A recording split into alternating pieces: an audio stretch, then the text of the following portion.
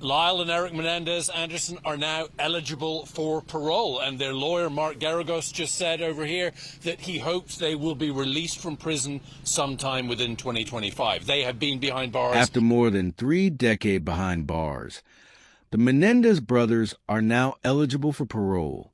A Los Angeles judge just resentenced them to 50 years to life, opening the door to a possible release. A shocking twist in a case that once captivated the nation. Both brothers were convicted in 1996 of murdering their own parents, were once thought to be serving life without parole, but from yesterday's resentencing, everything has changed.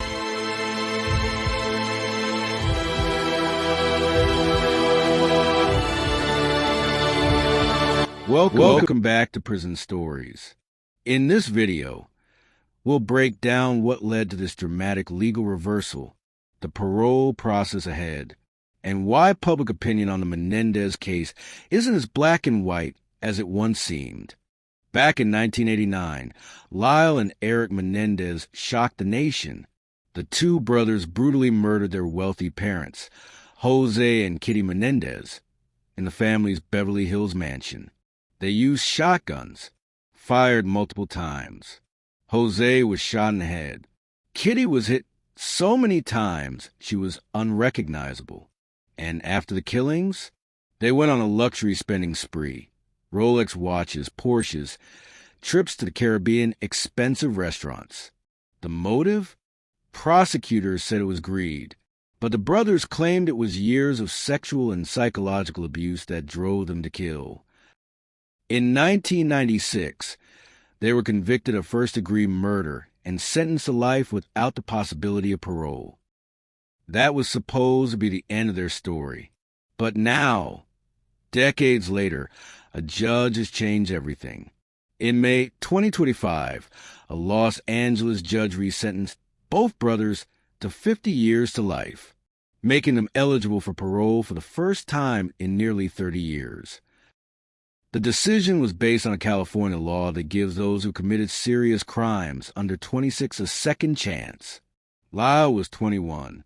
Erik was just 18 when the murders happened. Now, with more than 30 years served, they're headed to a parole hearing. So, what are the sentiments of extended family? As the legal system reopens the door for parole, something unexpected has happened. The family, once divided, is now starting to come together.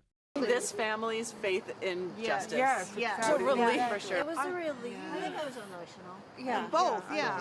I think even though many of us have heard this before, it was amazing to hear it in the context. In a powerful moment, over 20 relatives gathered outside a Los Angeles courthouse. They didn't come to condemn. They came to forgive.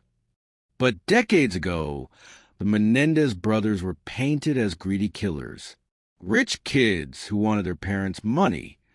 But today, the narrative is different. For many, it's not just a murder case. New evidence has changed the public opinion, as well as the sentiments of the family. But what exactly is the new evidence in their favor? It comes down to something that was never fully heard during their original trials, and something that today's society is more willing to listen to: documented accounts of abuse. Back in the 90s, claims of sexual abuse were often met with skepticism, especially when raised by wealthy defendants. But over the years, sealed court documents, therapist notes, and testimony from family members and school friends have surfaced, painting a darker picture of life inside the Menendez home. In recent years, new witnesses have come forward: former teachers, cousins, even one of Jose's co-workers, backing up the brothers' claims that the abuse was not only real, but long-standing and ignored. Considering these evidence, mounting a public opinion in brothers' favor, and California's recent shift in parole laws have allowed judges to consider such abuse more seriously when resentencing long-term inmates, especially those convicted as young adults. But it's not just what happened before the crime. It's what's happened since. In the 3 decades they spent behind bars, Both Erik and Lyle Menendez have been considered model prisoners. They've earned college degrees, mentored younger inmates, and led support groups for fellow survivors of abuse. Lyle even helped create a hospice care program inside the prison.